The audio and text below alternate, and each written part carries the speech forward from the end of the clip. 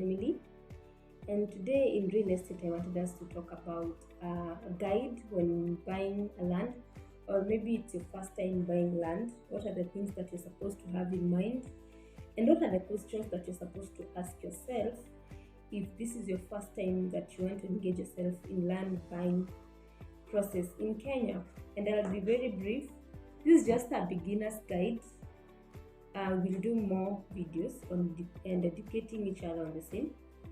So the first thing you're supposed to ask yourself: do you know types of lands that exist in Kenya? Do you know the three types of lands that we have in Kenya? We have community land, we have public land, and we also have private land.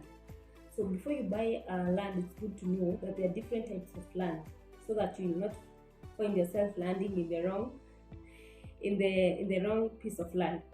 You might find yourself in a community land, which will be evacuated later if not at that time. You might find yourself in a public land, and most of the time that is the case, that you find the government after like 10 years they come back to claim their land. So it is good to know that we have different kinds of land in Kenya. Another thing, it's good to know where the land that you want to buy is situated. You should never buy land blindly. So as a beginner, it's good to know. Maybe you've been referred by someone, maybe you've seen an advert where someone has told you the land is in, let's say, in Machakos. Where in Machakos precisely? Where is that land? So it is good to know where exactly is the land that you tend to buy. Another thing that you're supposed to check to do is research. Also research the area. How is the area? Also do due diligence on the particular plot that you want to buy or land. It's good to know the owner. It's good to see the original title deed. It's good to know if there is a history of that land. It's good to do research before you start investing in a property. Also, do you know the physical condition of that particular land? For instance, drainage. How is the drainage of that particular land? What type of soil is it?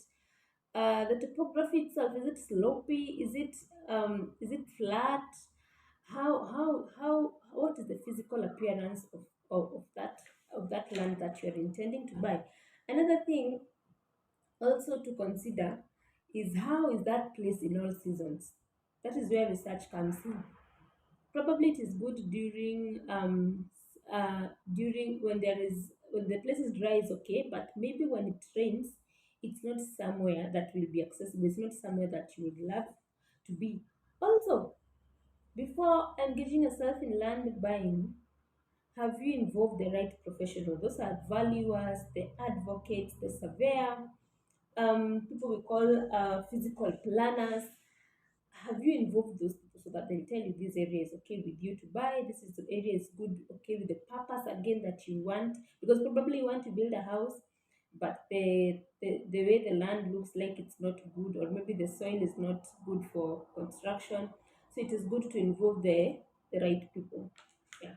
Valuers also will help you know the price, or whether you're being conned, or maybe you are being overcharged.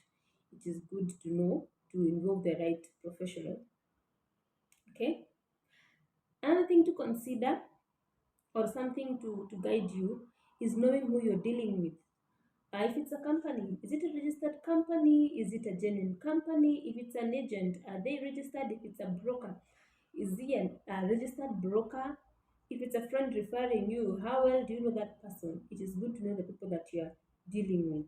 Another thing that you should have in mind before you start that process is maybe the payment terms of that property.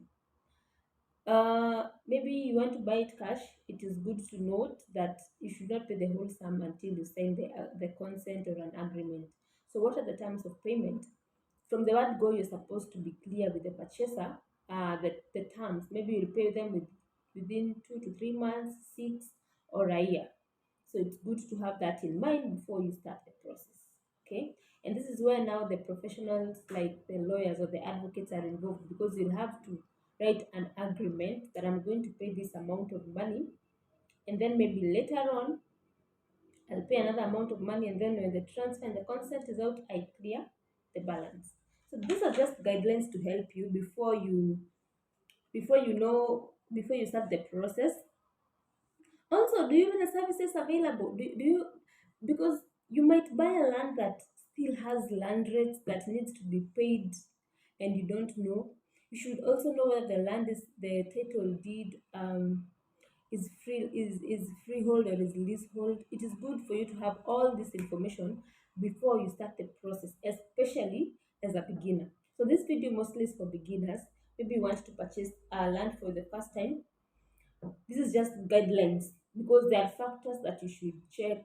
There are factors that you're supposed to consider before buying land. I will do another video on the same, but this is just a beginner's guideline on the things that you're supposed to consider or check before purchasing a land. I hope the video was educational, and it's good also to do a lot of consultation before you start buying land.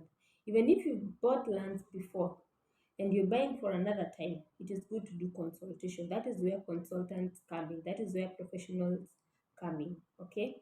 So I hope that video was educational, and if it was informative, make sure you share. Thank you.